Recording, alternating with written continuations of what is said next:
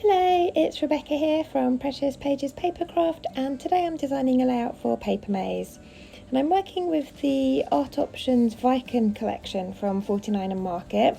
Now I know when I did my last layout with this collection it hadn't yet been uploaded to the website, but it's now up, and the remaining bits and pieces that we were waiting for are now in stock as well. So I'll pop a link in the description box below to the collection at the Papermaze store. I've managed to get a few more bits to sort of top up what I already had, so now I think, apart from the rub-ons, I think I've got pretty much the whole collection here now. Oh, and not the washi tape, I'm not a massive user of washi tapes, but everything else I think I have. I've started off with a couple of photos here. I couldn't decide which one I wanted to use, and I also had a couple of pattern papers pulled out. Both photos are of my little boy in the woods amongst the bluebells. I'm going to use this collection to scrap all my bluebell photos this year because it just works perfectly. But I felt like the other paper was a bit too much on the minty green side for these particular photos. So I've settled on this paper. It's called Majestic. And it's absolutely gorgeous, and it's got lots of deep purples in it, which work really well with the deep purples in the background of my photo. And it's also got some navy tones in it, and my little boy's wearing navy trousers at the front of the photo, so I thought that worked really well. So I've cut it, it was 8 inches across. I've cut a strip and then I've torn it at an angle along the bottom, and I'm now just trying to figure out how to stick it down central to my page. I wanted to have enough white space at the top and bottom, but for it to be sat centrally with the same amount of white space either side, if that makes sense. So just sort of used my Tico ruler there to measure that up and get it in place. I've just tacked that down ever so slightly with some double-sided tape, because in a minute I am going to go off camera and stitch around that with my sewing machine. And I do a straight running stitch in white thread around the top and down the sides, not all the way down to the bottom, just sort of 3/4 of the way down each side, just to make it a bit more interesting and a bit different, I guess. And then I go over in a couple of areas adding some zigzag stitching as well.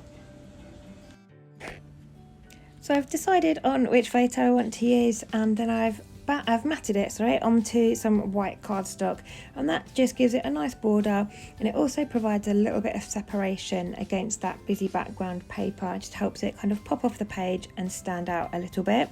I've also added a layer of basil cardstock behind it, and that is from the Matchmaker pack.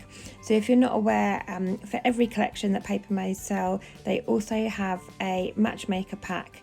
And it is coloured cardstocks that match the collection. I think they're all basil.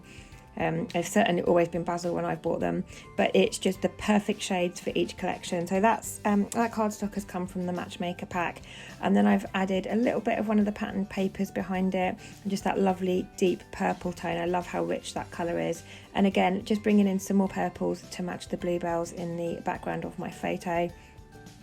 And then I've popped some craft foam up behind my photo just to raise it up off the background and introduce a little bit of dimension. So I just took some time there off camera, and you can't really see it here, but you'll see it in the close-ups at the end. I've just added that stitching around the edge of that sheet of patterned paper. And now I'm just going to work on embellishing. So I knew when I sat down to make this layout that I wanted to have that pattern paper on my background with a torn edge across the bottom, but I hadn't spared any thought to embellishing or a title or anything else. So I knew I wanted that sheet of pattern paper on the background, and now it's just a case of me going through all the ephemera and embellishment packs I have and deciding what I want to use. So I started off with a couple of tags from the tag pack. I love these. They've all got white cord already threaded through them, so I don't have to worry about doing that myself. And I've picked out one that I really love with a a purple and green design on it. And I've actually torn it in half, or cut it in half. And I've got half on the left and then I've put half on the right, so it looks like it extends all the way along. And that just kind of provides an anchor underneath my photo. It's kind of like the base of my design for all the other embellishments to kind of sit on and kind of work around. And then I've added another green tag just on top of it over onto the right hand side, just so I've got a bit of that white cord on each side, and I've got a bit of green for contrast over on the right there. And then I had this gorgeous ring of floral pieces. It's lovely purples and greens again, and it was just one circular piece. You could have used it for a frame and kind of had the photo sit in the middle of it, but I've just cut it in half so that I can use it so that it looks like it goes around two edges of my photo. And then I'm just going through the laser die cut pack here. These I think are called laser cut elements.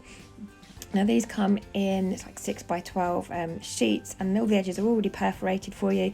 You've just got to kind of pop all the pieces out. So I took some time when I first received this collection and popped everything out so that it's all ready to use when I want to select a piece. I haven't got to waste time now. I could just get on with my creative process, so that was quite handy. And now I'm just picking out bits and pieces to add and to build some clusters around either side of my photo. So I've added some little, like, it's almost like twiny bits of ribbon or something that you get several bits of that, and then you get some little bows as well. So I've added those tiny bits along the bottom of my photo and set a bow on top. I'm messing around with a bit of purple thread here and it's not going well, as you can see. I've managed to get the middle in a really bad knot. Then I head-butted my camera and in the end I decided it just didn't work. I didn't like how it was sitting, couldn't get the cluster right at all. So I've got rid of that, and instead I'm bringing in some silver thread instead. I think silver works really well with this collection, it's very pretty. And that is a We Are Memory Keepers Stitch Happy thread. It's a metallic silver.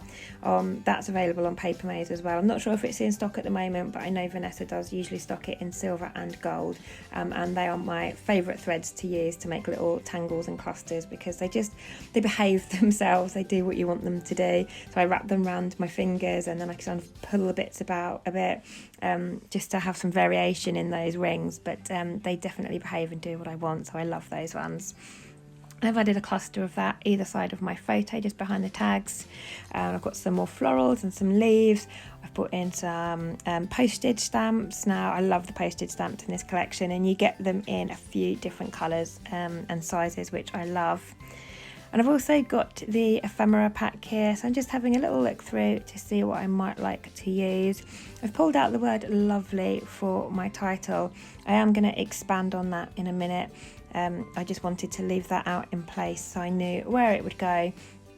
And now I'm going through, these are the chipboard pieces, and I've selected, it's kind of like a tag or a label, I can't think of the word to describe them, but I've popped out the middle. And now I'm just using some alphabet stickers from my stash in a lovely green colour that matches my little boy's coat perfectly, just to add the word day to that, so it's sitting on top of that kind of tag frame, and to make my title Lovely Day. And then I'm just going to get that chipboard piece stuck down with some glossy accents.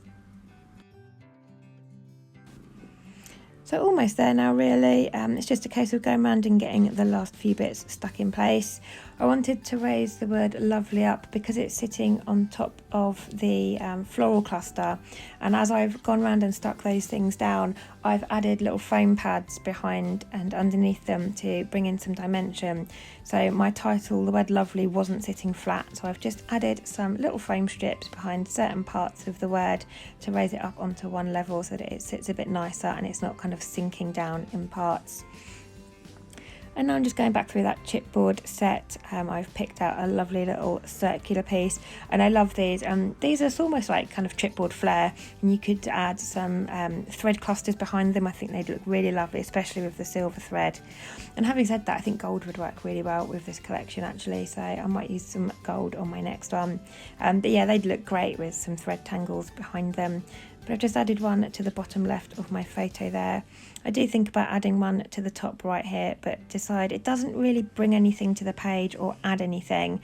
Therefore, it's just kind of going to clutter the page. If it doesn't add anything to it or bring anything to the page, then I kind of think there's no need to have it.